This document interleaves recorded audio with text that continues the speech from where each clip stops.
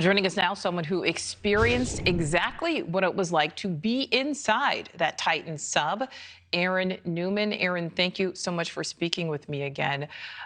First, I want to start with something that Kelly just told us about there at the end of her report. What is your reaction to this news that the Navy may have known about the implosion as early as Sunday, but because, of course, that was the day the Titan left?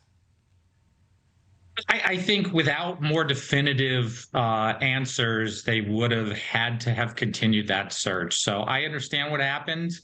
We can't second guess everything, but hearing something that you think might be an implosion is not a reason to call off trying to rescue 5 people. Absolutely. You know, and Aaron, I know you have been on the Titan. You talked to us a few days ago about your experience there. Did you have any concerns at any point, you know, during that firsthand experience of yours? No, I mean, listen, you're on the bleeding edge. You're doing things that are very rare. You're going to places that are very extreme. There are risks involved with it. So of course you are cautious and you're safe. And the safety protocols that they followed were rigorous, and there was all the things they could put into place, they did. So I felt safe, but of course not naively going into this type of thing without understanding the risks and the challenges and how this can end. I mean, we look at everything from Apollo missions, the shuttle, the space shuttle, and the SpaceX launches. Accidents are happening. You can't prevent things from going badly at this level. Well, I want to talk about, you know, OceanGate founder and CEO Stockton Rush. I'd like to talk to you more just about, you know, your experiences and interactions with him. But first, I do want to talk about the fact that the Titan was not certified as safe, you know, and he notably said that that was an impediment to innovation. Do you think that that needs to change going forward? Well, I think you always want to have certification, but sometimes, you know, for whatever reason, he didn't have it certified. Now, that doesn't mean that he didn't do extensive safety testing and that this wasn't a safe craft. It's just that he didn't follow the same testing that many other people believed in.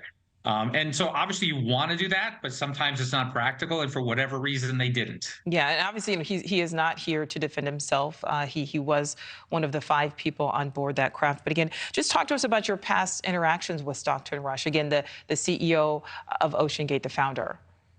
Right. So, I mean, he was a visionary, right? So I remember meeting him the first time on my trip, and sat down with him almost for a couple hours, and he just talked to me about his vision and what he saw as something he wanted to accomplish, which is to open up the oceans to exploration. We spend so much time looking at space, and we know more about the surface of the moon than we do about the bottom of the ocean. And his vision was, how do we really tap into what's here on our planet rather than trying to go build a base on the moon? Why are we not trying to build a base at the bottom of the ocean? It's more realistic. We have incredible biology. Looking for life out there. There's more life at the bottom of the ocean than we know about. So, you know, he had an incredible vision, and he was making it happen.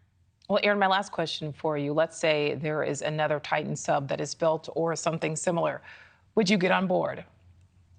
Yeah, absolutely. I mean, obviously, we want to go through and see what happened, and we want to understand what could have happened this. And we do want to get it certified. Obviously, there's no reason not to get it certified. So let's go do this. But I would absolutely get back on it. Thank you for watching. Go to newsnationnow.com to find News Nation on your television provider. And don't forget to click the red subscribe button below to get more of News Nation's fact-driven, unbiased coverage.